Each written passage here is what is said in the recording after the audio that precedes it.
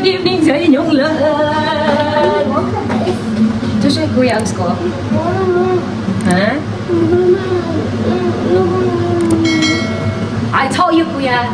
Puslukats, dobre. You need to puslukats, mommy. I promise you. Nini Zaitra. Today, dobre?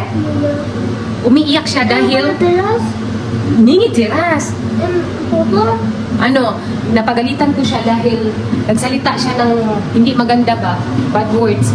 Kaya, yun, napagsabihan ko din siya na huwag nang uulitin yun. Ganito ba kayo magluto? Sobrang dumi. At saka, makalat. Huwag na magluto, RG, para hindi na makalat. Expected na yan eh. And then, hindi ko pa natapos ang aking i-arrange. Nagluto na ako. Paniluto ko pala with chicken. Walang katapos ang chicken ba? Kaya tignan nyo naman, may pakpak na ako. Joke lang. Ang dami kong ginawa. Kaya hanggang ngayon, hindi ko pa ito matapos ma-arrange. Kaya ngayon, ito yung favorite spot ko dito. Dahil everyday, nagluluto talaga ako. Hindi naman talaga maiwasan ito. Mga iinahan sa kanunay panabang, imahod ng trabaho, mga Mars. Okay, natandaan nyo na ba yung Christmas tree ninyo? Sa amin, hindi pa. Alam nyo, kasi late na kaming naglagay. December pa. Abutin ko muna ng February. Bago ko tanggalin yan, namnamin ko muna yung spirit of Christmas. Kaso nga lang, naubos na yung mga bowls. Halos nabasag na lahat. Hindi na lang naiwan. Si Philip at si Alex, naglalaro sila dito, nahulog. Eh, naiwan pa pala noong Christmas. Parang pastillas. Makunyak na. Prosim ka! Tempo dyan! Hindi na crunchy. Supposed to be crunchy to eh. Philip ko! Ay, isa nito na roll ba? Masarap. Ito medyo matabang. At saka may nahulog sa sahig, siyempre pulutin at saka kainin. Sayang naman, wala namang alikabok dito. Ay, meron pala pero unti lang, hindi man makamatay. May sasabihin pala ako sa inyo. Since na uminom ako ng New Cell Collagen, ito ang ininom ko. So ngayon, may improvement ba talaga sa aking buhok kasi may ano to siya of vitamin C at saka biotin. Mamaya, maglalagay ako ng mantika ng baboy. Ay, coconut oil. Collagen na yan. Hindi lang nag-look after ako para sa skin. Sinadya ko yan para sa aking buhok. Yun ang request ko kay Vladimir na kailangan kong uminom niyan.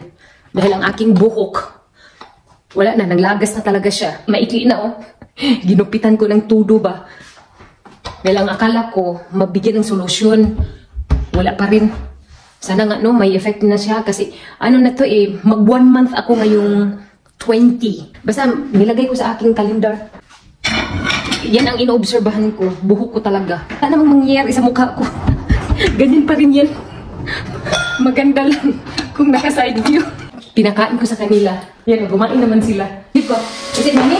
Ano? Ako yung tita titos. Ay, nakalimutan nyo palang mag-thank you kay mga titas ninyo, titos, about the gift. Thank you. Ewan ko kung ano yung nasa isip ni Kuya Alex ba. Baka nag-isip kung kailan niya makuha yung kanyang laruan na inakyat namin doon sa itaas, oh. Nakita nyo naman yan. Diyan namin nilagay. So mamaya ko yan ibibigay sa kanya. Ganyan talaga kapag leftover, masarap yan. Ganyan tinatawag na bahaw ka more. Dito ko yan nilalagay ang mga ice cream.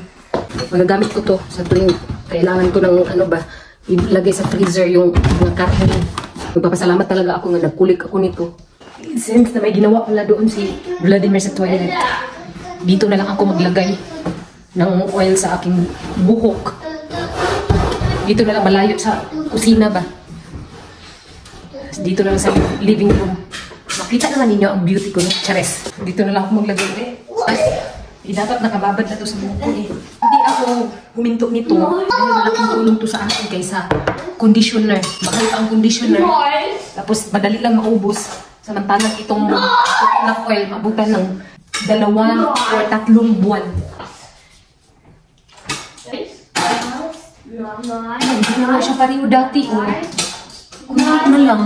Yung nakaraan naglagay ako, once a week lang naman to ba? Ganda natin kung anong palabasan mo. Sa previous vlog ko, nakita niyo naman kung gaano kadami yung buhok na nanglagas. Pero ngayon, unti lang. Hindi naman talaga mag-stop yung hair fall. Ito, never itong yung makapal ang buhok ko. Yung mukha ko lang, makapal na. Pasensya na kayo, nandito na naman ang manananggal sa harapan ninyo. Hala, effective talaga. Wala pang isang buwan. I highly recommended talaga yun. Yun ang inumin ninyo. Tapos maging looking young daw kayo. Sa akin, hindi naman ako nag-looking young. Uy, nag-looking old. Kakahiya man lang people. Uy, happy ako sa result. Unti na lang talaga. Thank you, Lord.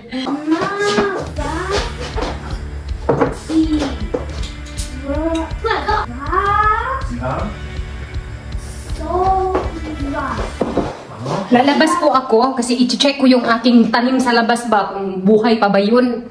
Baka kasi nangarap na lang ako ng gising tapos namatay na pala. Katulad dito sa mga plants ko ba. Ayan tignan nyo naman. I-switch on ko yung light para makita ninyo ba. Ayan kung anong nangyari dito. Grabe, wala na tong pag-asa. Namatay na lahat. Ito, binigay ni Bianan. Kaang na lang naiwan. Tapos, sana makasurvive itong hiningi ko kay Dakdak na pamintang dahon. Then, dito, wala. Iwan ko lang kung makasurvive pa to kasi yung iba, namatay na talaga. Itong migraine, kasurvive pa yata yan. Ay, hindi ko alam kung mabuhay pa ba yan sa summer, ha? Then, itong rose, na galing din kay Dakdak, hindi ko talaga alam kung may pag-asa pa yung mga yan, eh. Sinabihan ko naman si Dakdak na namatay yung kalabo ba. Ayan yung dalawang yan. Disappointed lang ako dahil tinigay yan tapos namatay pa. Tignan ko dito yung aking tanim. Lord, sana nabuhay pa yun. Dahil sa sobrang lamig ba, alam nyo naman dito, walang pag-asang ipasok din yun dahil tinanim ko na sa lupa. Bigla na namang nag-close itong door na to ba. Na-open ko to eh. Ay, Diyos ko, huwag kang magloko. Lalabas lang ako saglit. Ako, mahirap na. Sisihin na naman ako ni Vladimir. Nung nakaraan, sinisisi talaga niya ako. Sa nangyari, hala, umulan pa pala ng milyonis dito. Siyempre, ulan. Ano? Oh my G. Hala, grabe yung ulan. Stay there. Di ko lang ako dadaan sa ilalim ng punong kahoy. Ilalim pala ng aming roof. Hey, Lord, malamig. Ito ba, bulaklak ko. Galing din to Kabianan. Nabuhay pa siya. Hindi ko na to nadiligan. Dahil alam kong masyadong malamig. 3 degree dito sa labas. Himala na nga to eh. Ayan, ang aming flowers. Ay, thank you Lord, nabuhay. Yan ang galing kay Danan.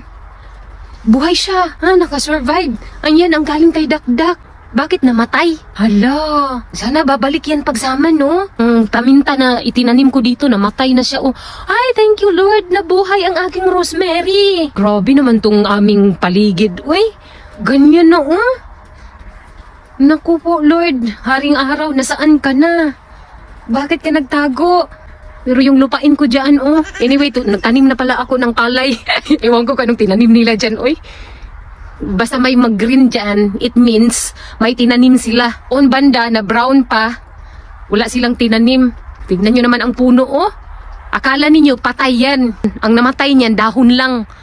Tapos tignan nyo dito sa baba, nalanta na yung mga dahon. Brown na yan. Ay, Diyos ko, ang pangit ng panahon. Grabe na talaga to ba? Itong buwan na ito, ang pinakamatindi yan. Malamig at pinakadelikado. Buwan ng January ang mahirap. Malapitan daw ito, kung anong tinanim nila. May mga plants kasi na makasurvive ng winter. Ay, iwan ko lang ha. Hindi ko din alam. Ice ang naiwan dito. Kapag ikaw maslide dito, mauntog ang ulo mo. Ma-hospital ka talaga. Sobrang slide ba? Pero bonggang-bongga naman yung pallets namin. Sobrang lamig. Kailangan ko nang pumasok. Ay! Ang putik ng aking sapatos. Putik nang inabot ko dito. Ilang minuto lang ako dito sa labas ha. Kailangan ko tong linisan. Baka magtaka si Vladimir kung bakit puro na putik yung sapatos ko. Saan ako nang galing. Marami palang manok dyan sa kapitbahay namin Kung sa atin pa yan, nakaw na yan. Ginawa ng lechon. Punta yan dito sa amin. Sa Pilipinas pa 17 na. Kapag ang manok mo na nasa kapitbahay, Huwag ka nang umasang makauwi ng buhay. Kaya na lang nawala na. Kinain na pala ng kapitbahay mo. Ang malala pa nun, close friend mo lang. Nangyari yan sa amin dati ba?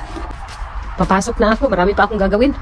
Ipailaw ko lang ulit ito dahil nag-study sila. Philip at saka si Kuya Alex. Ayan, nag-prepare na ito para bukas. Dahil Merry bukas... Christmas! So happy Christmas! New Year! Kasi may Christmas tree pa kami. Kaya Christmas. Merry Christmas! New Year! New Year! Pinasulat ko siya ng pangalan niya. Este Philip ko, should be Vela Vela. And then kay Kuya naman, yung assignment niya. Pinagawa ko sa kanya. Mamaya, kailangan ko silang gupitan. Then ako naman, kailangan kong mag-practice. May kudigo na po ako dito na nakalaan. Matuloy na ang pagiging isang guro ko dito sa Slovakia. So, ang sinabi ng teacher, January 8, ito na si Kuya Alex. Ang dami pala niyang assignment. Yan po ang ginawa ni Kuya Alex. Dito sa Slovakia, ang grade 1 nila, wala yung minuldi na pagkasulat ba? Pinakatay-katay na oh. Ang totoo, este? Homework, Kuya? Ito naman si Philip. Ulit ko sa kanya yung pagsusulat niya ng kanyang pangalan. Marunong na yan siya, oh. Hindi na ako nagsulat ng guide. Siya lang mismo ang nagsulat niya, no. Thank you, Lord. Memorize na pala niya yung pangalan niya. Pero yung apelyido na Harshani, hindi pa niya makaya yun. Ang paghahanda sa pasukan at sa pagiging guro ko dito sa Slovakia. Ito yung pagkakataon ko na makapagsalita sa harap ng mga bata. Ano kaya ang feeling na maging isang guro? Malalaman na yan bukas. Kailangan kong paghandaan ang lahat. At least, hindi ko makalimutan kung ano yung sasabihin ko sa mga bata. Grade 1, grade 2, 3, and 4 lang naman. Wala pa yung grade 5. Dapat basic lang talaga. Yung isang teacher lang ang marunong mag-English, tapos basic din. Yung principal ang malala dahil hindi talaga nakakaintindi ng English. Hindi siya makapagsalita. Yung English ko, kinopia ko lang din sa Google. Pasensyahan niyo na kasi hindi ako marunong sa English yung mag-construct ng mga sentence ba. Kaya ang ginawa ko, yung i-present ko bukas is about the Philippines. So, syempre, ang sasabihin ko doon based on nasa research. So, kinuha ko lang yung basic words. Kailangan ko nang mag-umpisa. Good morning. Get to know and do the homework. Dore! Ay, ba't ako dapat English pala? Make your homework. Ala, ganito. Pati ang mga anak ko, nakatulala na. Hala, huwag niyo sabihin na baka bukas din, ganyan ang mga bata doon. Diyos ko, paano na lang ito? Sa totoo lang, bubo ako sa English. Alam ko naman na walang bubong tao. Wrong grammar ako. Yung kudigo, nandito naman. So, na-memorize ko na yan. Nandito na sa utak ko. Nag-try lang ako kanina. Pero mga anak ko nga lang yan, di ba? Tignan nyo naman ang reaction nila. Tulala pa din sila. Naintindihan nila sa akin yung mga basic na English lang. Dahil marunong na silang mag-Slovak ba? Andito, nakasulat na lahat. Dadalhin ko lang ito bukas. Just in case na may tanong yung teacher. May kudigo ako. Pagkatapos nito, kailangan gupitan ko na si Philip at saka si Alex. Sinabi ko sa kanila na kailangan kong gawin yun para magiging gwapo sila sa unang araw ng kanilang pasukan ba. Akala ko nga ngayon, January 7. Pero tinanong ni Vladimir yung teacher, ano daw, January 8. Ewan ko kung anong meron ngayon, kung bakit hindi sila nag-start ng klase. Pati kindergarten. Ganun din. So, ayan, nakapag-decide ako na gupitan ko na lang sila. Dahil mahaba na ang buhok nila ba. Ala, bakit hair dryer? Ito na yung mga kagamitan sa paggupit na kanilang buhok. Maggamit lang ako ng razor. Huwag ng gunting. Dahil for me matagalan ako sa gunting. Tapos ganun pa rin ang ending. Gagamit pa rin ako ng razor. Nagkambang-kambang ba kapag gunting ang gagamitin ko. So ito lang gawin ko. Wala na pala akong plastic. Para i-cover ko sa aking damit na hindi ako magkabuhok-buhok. Gagawa pala ako. Para magupitan ko na sila. Patapusin ko lang si Kuya Alex sa kanyang assignment. And then, gupitan ko na sila. Para prepare na ang lahat. May condition kasi ako sa kanilang dalawa na after kung magupitan sila, maligo.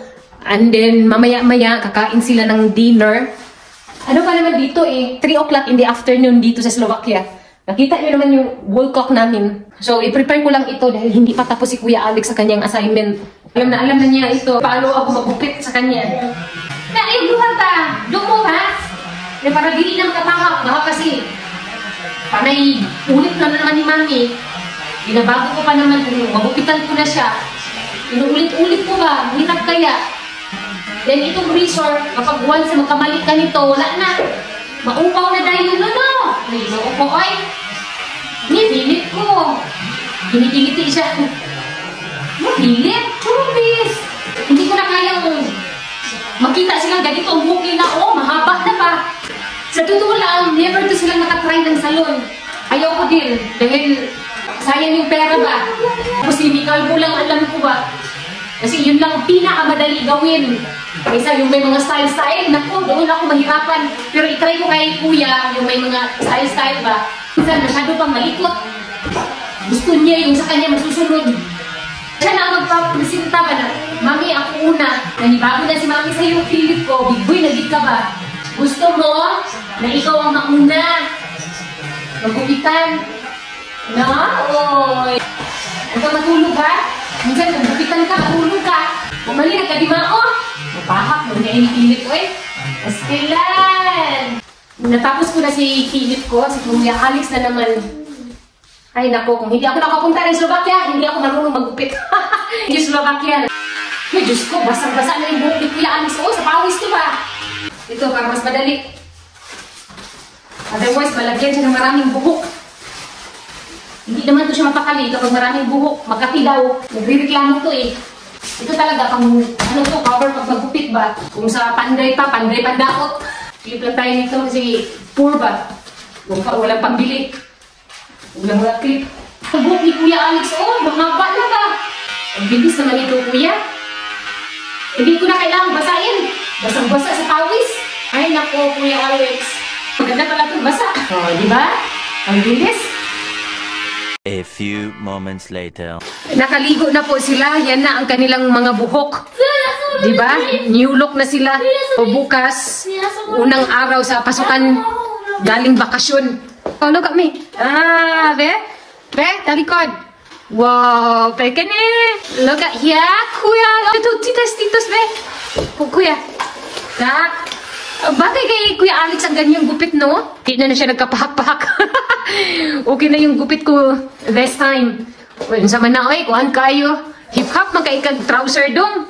Ay, Diyos ko, nag-away na naman. No. Kuya Alex ko. Kuya. As I taught you, clean up the toys. Okay, nini TV. Kapag hindi yan sila maglinis ng kanilang mga laruan, hindi ko i-switch on yung TV. Yan ang rules ko dito sa bahay eh.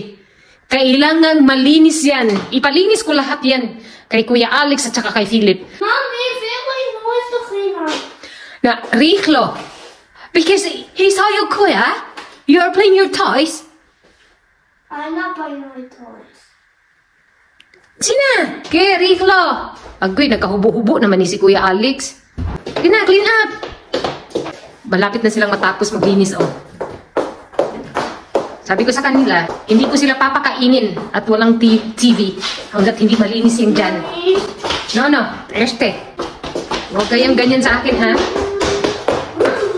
Kasi nag-wild na ako. Hindi pa nila tapos yung linisan yung mga alat nila. Masakit sa mata, eh.